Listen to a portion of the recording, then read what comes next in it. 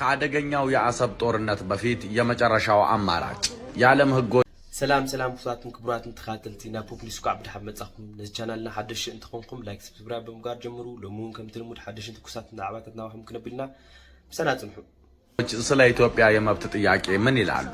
የማሸነፊያ ካርዱ ተመዟል።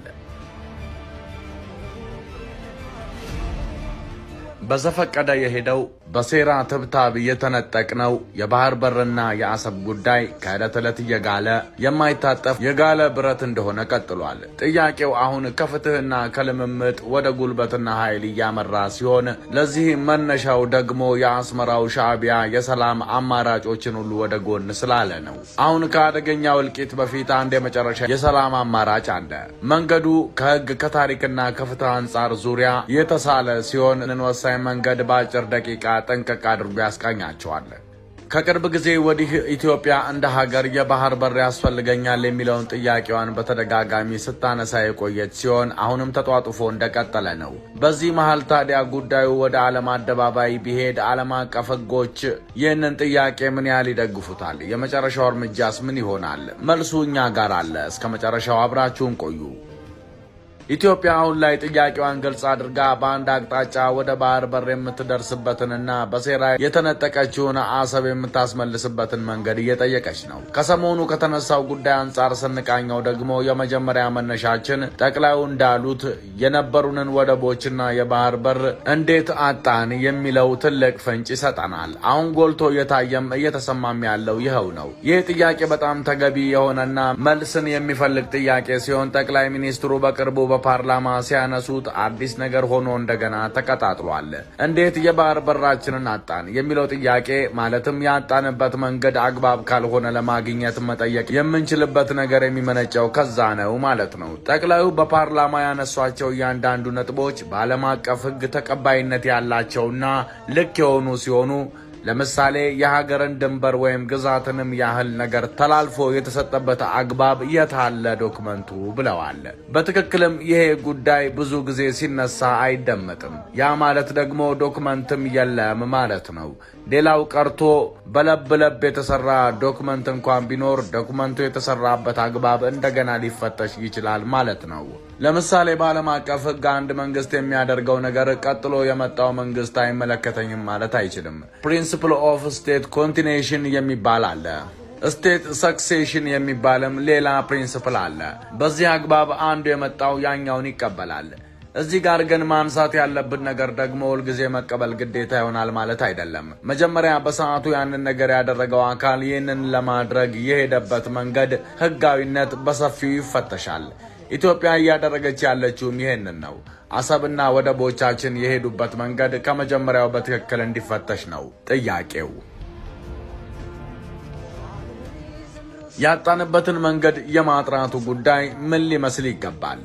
ዓለም አቀፍ ህጉስ ምን ይላል? በመጀመሪያ መታየት ያለባቸው ጉዳዮች በምን መልኩ ነው ያጣነው? ካቢኔ ነው ወይ የወሰነው?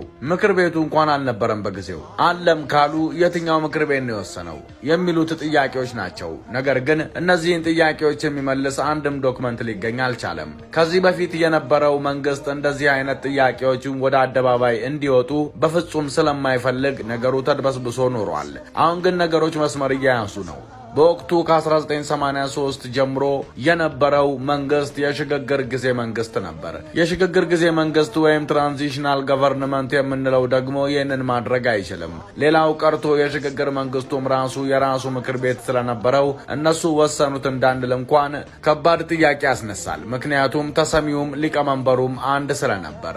ያም ሆነ ይህ እነዚህ ሁኔታዎች በሙሉ ተገቢ ስላልሆኑ በዓለም አቀፍ ህግ ደግሞ ይህንን ጉዳይ የምናነሳባቸው ነጥቦች አሉ። ለምሳሌ ዓለም አቀፍ ስምምነትን ከዚህ በፊት የነበረው መንግስት የሰጠውን ቀጥሎ አለመቀበል የሚቻልበት አግባብ የ1969 ቪየና ኮንቬንሽን ኦን ዘ ሎው ኦፍ ትሪቲስ የሚባል አለ። እነዚህ ስምምነት ላይ አንቀጽ 46 አንድ መንግስት ወይም የመንግስት ተወካይ የፈረመውን ሌላው መንግስት መቀበል አለበት። ነገር ግን የሚቀበለው ሀገር ውስጥ ህግ መሰረታዊ የሆነ ነገርን ካልጣሰ ብቻ ነው። ያንን ደግሞ ለማድረግ ስልጣን ሲኖረው ነው ይላል። ይህንን ለማድረግ ስልጣን ነበረው ወይ የሚለው ጥያቄ ውስጥ ይገባል ማለት ነው። እዚህ ጋር ደግሞ መለየት ያለበት ሌላው ጥያቄ ደግሞ የኤርትራ ጉዳይ በሪፈረንደም ከተወሰነ በኋላ አሰብ ግን የሄደው በሪፈረንደሙ ነው ወይ የሚለው በድጋሚ ጥያቄ ውስጥ ይገባል። የሻዕቢያ የቅኝ ግዛት ጨዋታ አሰብ የሚመለስበት የታሪክ ጥፋት።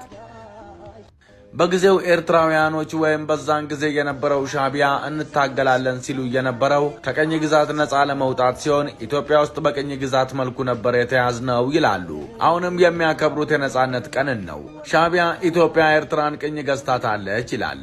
እሺ በእነሱ አነጋገር እንኳን ብንሄድ 1964 ላይ የካይሮ ዲክላሬሽን አለ። ያ ዲክላሬሽን ደግሞ ብዙ የአፍሪካ ሀገራት ሁሉም በሚባል መልኩ ከኢትዮጵያና ከላይቤሪያ በስተቀር በቅኝ ግዛት ውስጥ ናቸው እና ነፃ ሲወጡ ይሄ የኔ ነው ይሄ የኔ ነው እያሉ እንዳይጓተቱና ግጭት እንዳይበራከት ሲባል ከቅኝ ግዛት የሚወጡ ሀገራት ድንበራቸው የሚሆነው የመጨረሻ ቀን የነበራቸውን ይዞታ ነው ይላል። ወደ ኤርትራ ጉዳይ ስንመለስ ደግሞ በዋናነት መመልከት ያለብን 1983 ላይ ኤርትራ ቅርጿ ምን ነበር የሚለው ነው። ማለት ሻዕቢያ አስመራን ሲይዝ ወያኔ አዲስ አበባን ሲይዝ ማለት ነው። በጊዜው ኤርትራ የሚባል ራስ ገዝ አስተዳደር ነበረ። አሰብ ራስ ገዝ አስተዳደር ነበር። ደርግ መጨረሻ ላይ 5 ራስ ገዝ አስተዳደሮች ኦጋዴን፣ ትግራይ፣ ድሬዳዋ፣ አሰብና ኤርትራ ራሷ ነበሩ። ስለዚህ ኤርትራ ነፃ ወጣች ስንል በዛ ጊዜ 1983 የነበራት ቅርጽ ይቀጥላል ማለት ነው። ምክንያቱም አሰብ ራሱን የቻለ ክፍለ ሀገር ስለነበረ። ስለዚህ በየትኛው መንገድ ነው አሰብን ይሄም ያንቺ ነው ብሎ የተጨመረው? መቼ ነው ብሎ የሚጠይቅ አልነበረም። በቅርቡ ክቡር ጠቅላይ ሚኒስትሩ በጣም ጥሩና ትክክለኛ ነጥብ አነሱ የሚባለው ከዚህ አንጻር ነው። ብዙዎች ይህንን አስበንበት አናውቅም፣ ኤርትራ ነፃ ወጣች በዛውም አሰብ ሄደች እያልን ነው ሁልጊዜም የምናወራው። ለመሆኑ ኢትዮጵያ ከህግ አኳያ በምን አይነት አግባብ ነው አሁን መሄድ የምትችለው? ኢትዮጵያ የምትሄድበት አግባብ የመጀመሪያው መብቷ ከህግ የሚመነጭ አለ፣ ከታሪክ የሚመነጭ አለ፣ ከእውነትና ማስረጃም የሚመነጭ አለ። ሌላው ቀርቶ የሞራል ጥያቄም ጭምር አለ። ሌላው ቀርቶ ነጥለን ስለ ህጋዊ መብቷ ብናነሳ የመጀመሪያ 1982 ኮንቬንሽን አለ፣ የውሃና የባህር በርን በተመለከተ የተደረገ።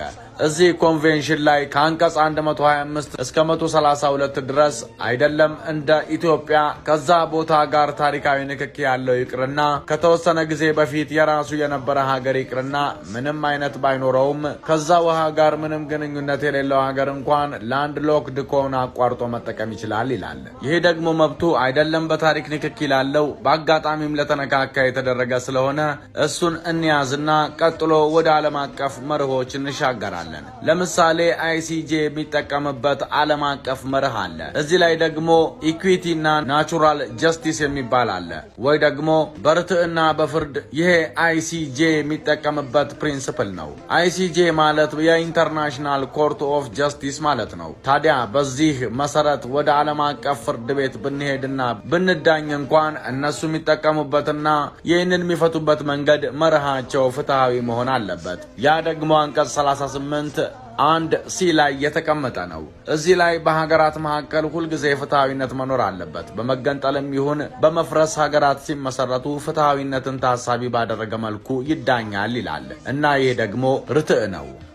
ርትዕ መጠቀም የሚቻለው ደግሞ ቀጥታ ፊት ለፊት ያለውን ሕግ መጠቀም ተገቢ ሆኖ መስሎ ሳይታይ ሲቀር ወደ ርትዕ ይኬዳል። ሌላው ቀርቶ ሌላው የሚያስቆጨው ነገር ደግሞ ያለፈው አልፎ በድንበር ኮሚሽን እና 1990 ላይ በካሳ ኮሚሽን በዛን ጊዜ አልጄሪያ ስንሄድ አርቢትሬሽን ነው የመረጥነው ወይም ግልግል ዳኛ ነው የመረጥነው። ግልግል ዳኛ ከምንመርጥ አይሲጄ ብንሄድ ኖሮ አይሲጄ የሚያስከትለው ይህን ስለሆነ ጥሩ ዕድል ይኖረን ነበር።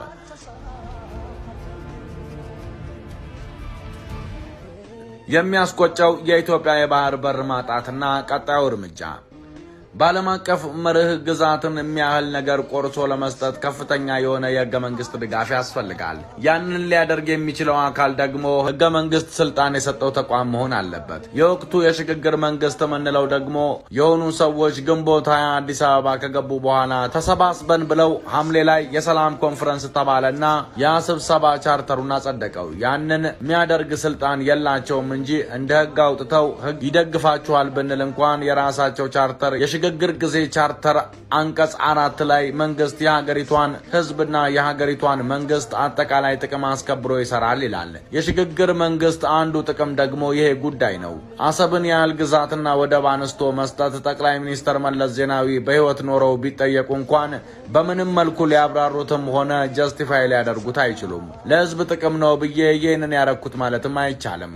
ይህንን በተመለከተ በዓለም አቀፍ ልምዱን ብናይ እንኳን ለምሳሌ አሁን ሁሌ እኛ ላይ የሚቀርብ ክርክር አለ። ከዚህ በፊት የነበረው መንግስት የኢትዮጵያ መንግስት ነው አድርጎታል ይባላል። ይህንን በተመለከተ ከዚህ በፊት ጉዳዮች ተነስተው ያውቃሉ። ለምሳሌ 1923 ላይ በጣም ታዋቂ የነበረው የውዝግብ ሁነት አለ። ዘቲኖኮ ኬዝ ይባላል። ቲኖኮም የሚባል የኮስታሪካ መሪ ነበር። ዲክታተር ነው። ለ2 ዓመት ነው የቆየው። እናም በጊዜው እልፍ ነገሮችን አደረገ። ውሎችንም ተዋዋለ። በኋላ ቀጥሎ የመጣው መንግስት ደግሞ የዲክታተር ነው ዝም ብሎ ነው ያደረገው አለና አልቀበልም አለ። ኮስታሪካ ከዩናይትድ ኪንግደም ጋር ተካሰሰችና ፍርድ ተሰጠ። ፍርዱን የሰጠው የአሜሪካ ዳኛ ነበር። እዛ ላይ የተቀመጠ ሐሳብ አለ ለኛም የሚጠቅም። እሱም ምንድነው? በእርግጥ ዲፋክቶ ገቨርንመንትም ቢሆን ያደረገው ነገር ይጸናል። ነገር ግን የሚጸናው ሁልጊዜም ሳይሆን ያንን ነገር ያደረገው ለሀገር ጥቅምና የሀገሪቷን ሕግ አክብሮ ከሆነ ብቻ ነው ይላል። አሁን ከዊሊያም ሩቶ ጋር የመብራት ወይ ኤሌክትሪክ ኃይል ስምምነት ብናደርግ እሳቸው ቢወርዱ ሌላ ሰው ቢመጣ አይመለከተኝም ማለት አይችልም። ይህ መብራት ሁልጊዜም ለኬንያ ሕዝብ ጥቅም ነው። ነገር ግን አሰብን አንስቶ ኤርትራ ካርታ ላይ የሌለውን እንኪ ውሰጂ ብሎ መስጠት በምንም መልኩ ለእናንተ ጥቅም ሲባል ነው ያ ገቨርንመንት ያደረገው። ትራንዚሽናል ቢሆን ዲፋክቶ ገቨርንመንት ብሎ መከራከር አይቻልም። ያ ገቨርንመንት ያደረገው ትራንዚሽናል ቢሆን ዲፋክቶ ገቨርንመንት ብሎ መከራከር አይቻልም። የመጨረሻው መፍትሄ ምን ሊሆን ይችላል? የሰላማዊ መንገድ ሁልጊዜም ሁለት ሰው ይጠይቃል። በሰላም አንድ ጉዳይ ለመጨረስ አንዱ ወገን ስለፈለገ ብቻ አይሆንም። በዛ በኩል ያለው መንግስት በተለይ የአስመራ መንግስት ይህን ጉዳይ የሚያይበት አግባብ ነገሩን ለመፍታት ዋና ነጥብ ነው። ኢትዮጵያ ከመጀመሪያው ቀን ጀምሮ ይህን ጉዳይ ስታነሳ በሰጥቶ መቀበል መርህ ነው ይህንን ጉዳይ ማሳካት የምፈልገው ብላለች። ከዛም አልፎ በሰጥቶ መቀበል መርህ ውስጥ ምን ልትሰጥ እንደተዘጋጀች ራሱ ጠቆም ተደርጎም ነበር። ለምሳሌ ከኢትዮ ቴሌኮም የሆነ ድርሻ ብንሰጣቸው ከኢትዮጵያ አየር መንገድም እንደዛው ተብሎ ፍንጭ ሁሉ ተሰጥቷቸው ነበር። ይህ ደግሞ የራስን ሀቅ ከመጠየቅ አንጻር ሲታይ በጣም ልክ ያልሆነ ነው። ነገር ግን ስለ ሰላም ሲባል መንገዱ ተካሂዷል። ይህንን ለማሳካት ግን በዛ በኩል ያለው የመንግስት ባህሪ በጣም በደንብ ግልጽ ስለሆነ የሌሎች ዓለም አቀፍ ተቋማት እንዲሁም ሀያላን ሀገራት በዚህ በኩል ጫና ማሳደር የሚችሉ ሀገራት ተጽዕኖና የእነሱ ጣልቃ ገብነት ወሳኝ ነው። አለበለዚያ ግን ጠቅላዩም እንዳሉት ነገሩ በጭራሽ ጥሩ አይሆንም። ስለዚህ የመጨረሻው የሰላም አማራጭ